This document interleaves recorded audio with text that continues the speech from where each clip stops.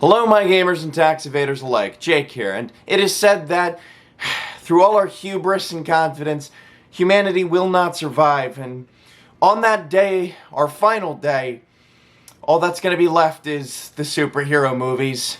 Because, goddammit, there's so fucking many of them at this point, man. I mean, we've got Marvel just shitting out a movie every couple of fucking weeks. And, you know, we've got DC also shitting out movies. And then there's also, like, the company that does, like, Hellboy, but they haven't done that in a while. And, you know, we've got Invincible and The Boys. And just, we've got fucking everything at this point. It's all superhero movies. It always was. And you know what? Goddammit, I like it. I like superhero movies. And today, I'm not talking about a superhero movie, but a super villain movie. Because, as we all know, recently, The Suicide Squad was released on HBO and in theaters. Now, as we all know, this is actually DC's first attempt at making a Suicide Squad movie. So it's pretty cool to see the first ever Suicide Squad appearance on the big screen. This year in 2021, the first ever Suicide Squad movie ever. So I watched the movie a couple of days ago with my girlfriend, and I didn't go into it with massively high hopes because of the one that shall not be named, the first one.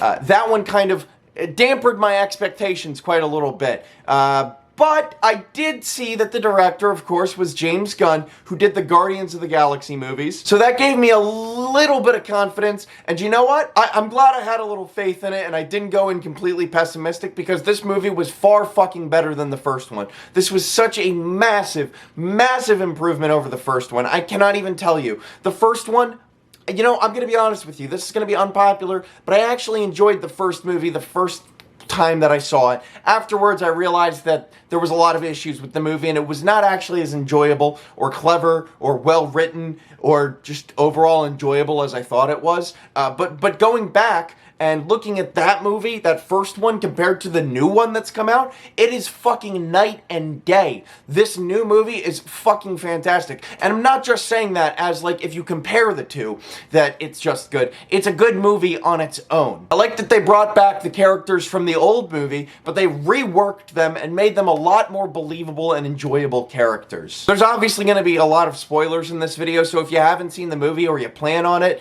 don't watch this video, but if you don't give a shit or you've already seen it, keep on watching. Like, I can't remember her name, the black lady that's in charge, Jesus Christ, cannot remember. You know, she is such a insufferable bitch. Like, she is bitch to the next max level. Like, she is next max level. What the fuck? You know how she was in the first one. She's like that, exactly the same in this one.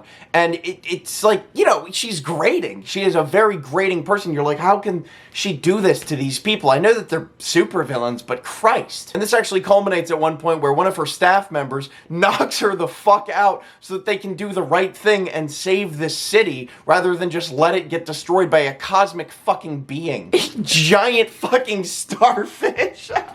And so I liked that. I'm like, okay, not everyone is a complete piece of shit who's complacent and just lets everything happen right in front of them with, you know, they have the ability to stop it, but they choose not to. The writing sucks. A lot of the times, the writing sucks. Everybody just goes along with their crappy boss because the writing sucks. Everybody, you know how it is. But in this one, they don't just blindly follow their leader like a good Boy Scout. They actually fucking stop her when she's going too far, and I liked that. Good writing, good decision. I also liked the writing overall for the characters in this movie a lot better than the first one. They were actually more interesting, and they actually seemed a little bit more real, rather than we get the fucking El Diablo guy lights on fire. Oh, you know, he's got a wife and kids, but he's a bad guy. And then the fucking crazy bitch who's the bad guy is like, it's like the I can't even talk about it. It was so bad. But this one, the villain is a lot more clear.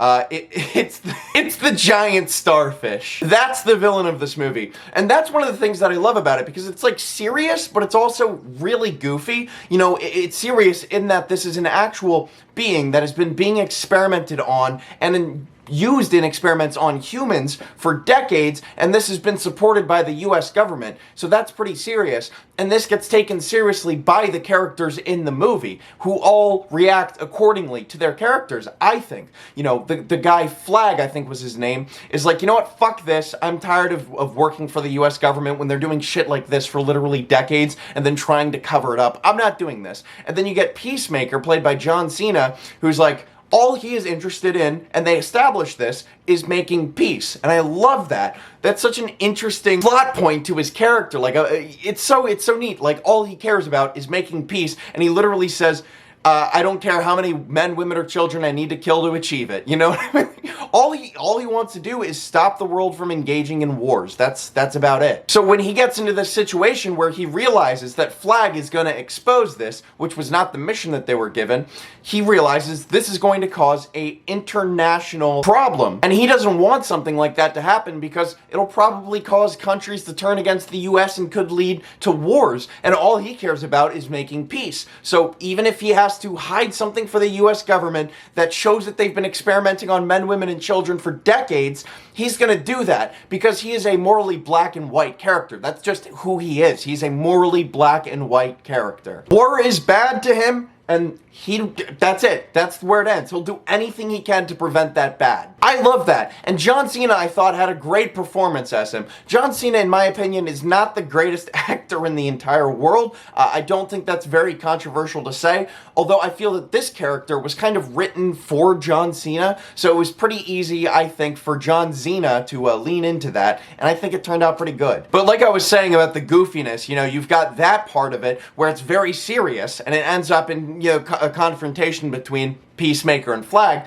Then there's the goofy aspect where this is just a giant fucking starfish that controls people with mini starfishes on their face and just walks around like a starfish just slamming into shit, and it's fucking ridiculous. And they lean into this as well by when Starro the Conqueror shoots out of the fucking building, they have a pause where it goes the Suicide Squad versus Starro the Conqueror, kind of like, you know, acknowledging that this is a pretty ridiculous thing that we're watching right now, and they're aware that it's ridiculous, but they don't want to take away from the movie by pointing out how ridiculous it is. They're just doing a little thing, you know? They know, they're acknowledging it, but they're not going out of their way to be annoying, you know? And that's something that I've noticed in recent movies, and the TV shows and things like that, especially with Marvel, where they're like, isn't that a goofy thing in the comics? That's so goofy. Let's point and laugh at the goofy comics. And I don't think people really like that. I think it gets it's nice for a quick laugh, but for the actual avid fans, I think it's just kind of insulting. Like if I remember in Luke Cage, when it shows how Luke escaped from the prison island that he was on, he goes into a person's yard off the coast and he finds a weird outfit that he puts on, and the weird outfit that he puts on is his actual comic book outfit. And it, you know, it's so wacky, it's so goofy, he looks so funny with it. Isn't that funny? They make a reference to it and like, that point and laugh kind of deal, like I said. But that kind of, it just insults the fans of the comics who go into this and, you know, they want to see a adaptation of the comics. So I really love that they threw a little acknowledgement into the movie without being insulting to the fans, I feel. I think it gives a more true to the comics feel, you know what I mean? It's serious, but it's goofy as fuck, and I think it worked perfectly for the Suicide Squad. I do have to say, a lot of the Harley lines are kind of cringy, like when the spear guy dies and he's saying one last thing to her and she, you know, he's like, take the spear or what, I don't know, but he doesn't get the last word out before he dies. And it's funny because Harley is stupid and doesn't know what the last word he was gonna say is. So she like shakes his body. She's like, hey, what's going on with this? Hey, I'm a British person putting on a New York accent. I sound fucking stupid. Woo!